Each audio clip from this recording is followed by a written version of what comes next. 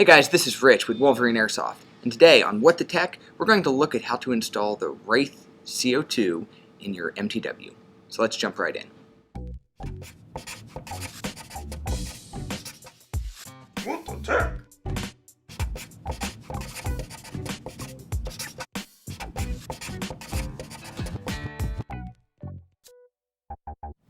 So, with the WRAITH CO2, the installation is now very straightforward. Any of you that have done one of the installations on an AEG know that it's a little bit involved. You have to modify the receiver a few different ways. With the MTW, everything installs very simply, very straightforward.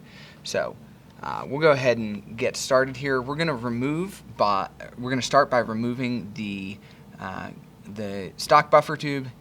So we need an armorer's wrench for the castle nut. First, we're going to separate upper and lower receiver.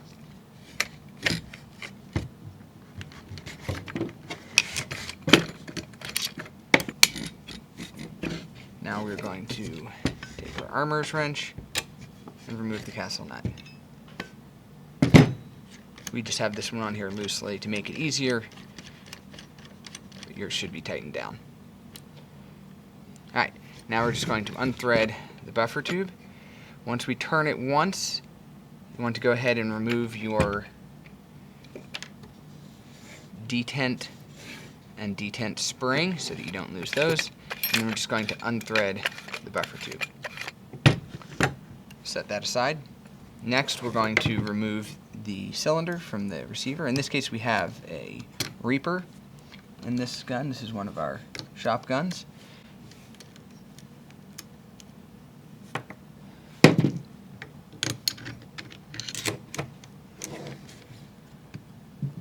Remove the electrical contact, thread the airline back through, pop your front clip, and everything will slide right out. So we can set that aside as well.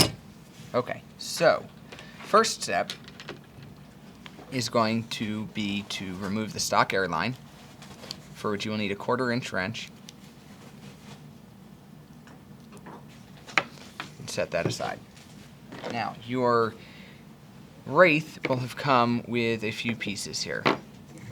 We'll need our hardpoint adapter, our barbed fitting, and then our piece of tubing, short piece of tubing with the barbed fitting on it. So we're going to start by taking the tubing with the barbed fitting on it and threading that into the back of the engine. Right like that. Tighten it down with your wrench. Next, we're going to take our barbed fitting and put it in the threaded hole on the hardpoint adapter. Again, snug that down. Now these two are going to need to get pressed together, and you'll notice that since the fittings aren't in the center, you need to put them together with the right orientation. It doesn't need to be perfectly square because the tubing does have some flex in it, but you want it so that the hardpoint and the engine are lined up correctly. So we're just going to get it started, kind of press it together. And there you go. So, engine's ready to go. Set that aside.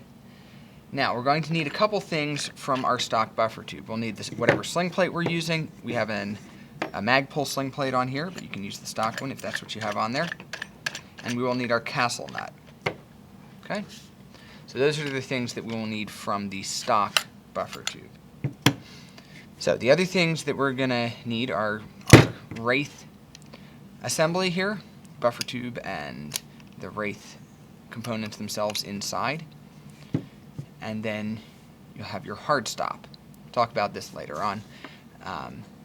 But the installation is quite straightforward. If your back body pin came out, go ahead and put it back in and align it so that the slot faces to the back of the gun, so that when you drop your detent and your spring in, it lines up with that slot on the pin. Now we're going to take our castle nut, thread our castle nut on,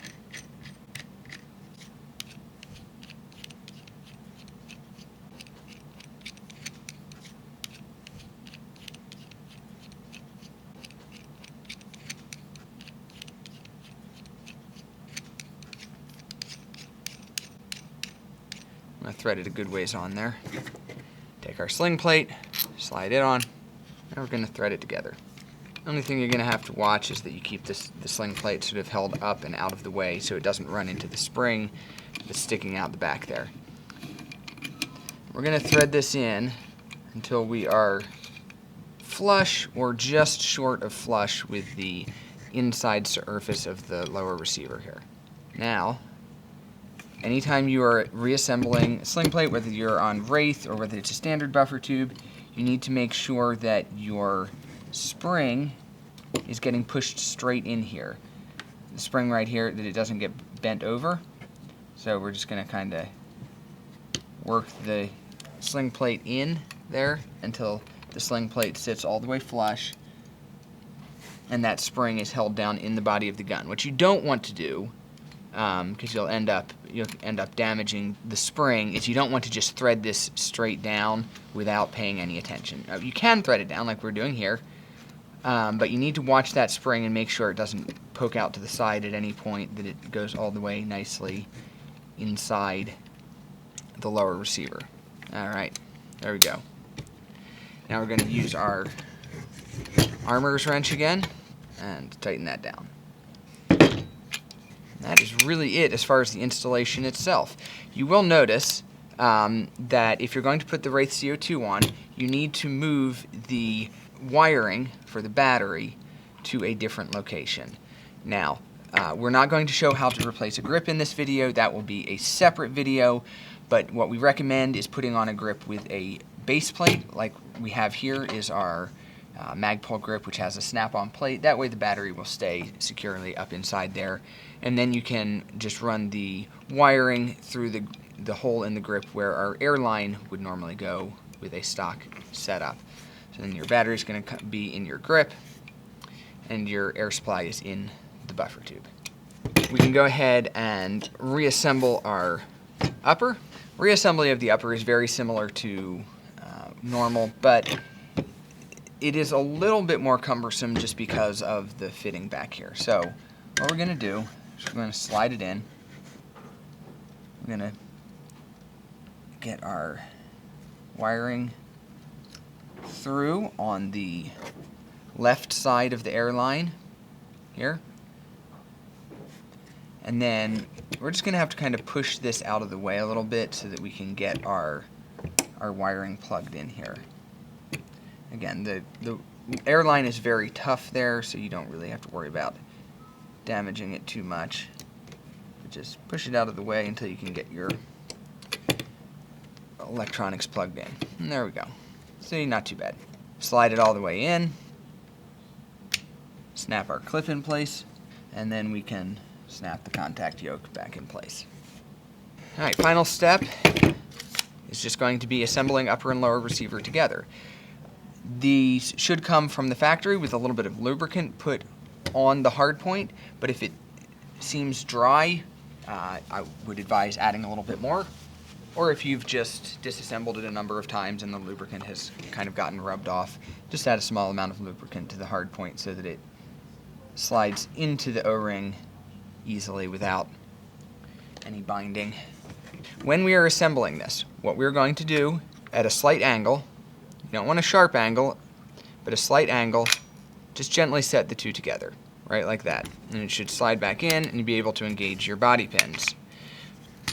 When you are disassembling this, before you disassemble the upper and lower receiver, always make sure the system is depressurized. You don't want to disassemble it pressurized, otherwise it's going to push the receiver out and you're going to run into issues.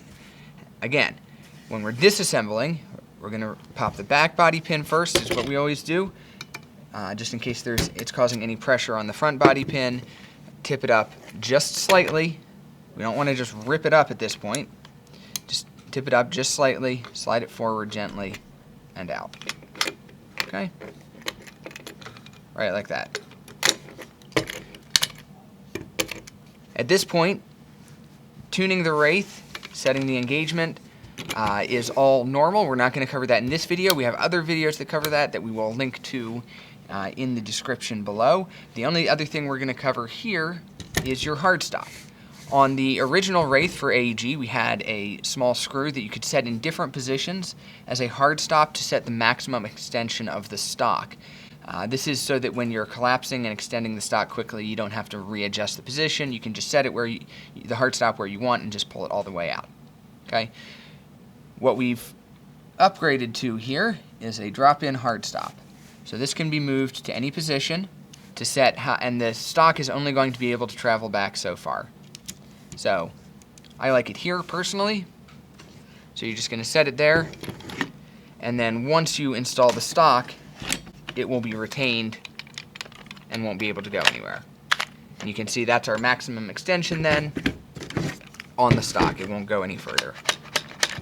And then you can collapse it down, change the CO2, and extend it back out. So, as you can see, very quick and easy installation. If you have any questions, be sure to leave us a comment in the comments below or shoot us an email at tech@wolverineairsoft.com if you need technical support. As always, we thank you for your support, and we will see you guys out on the field.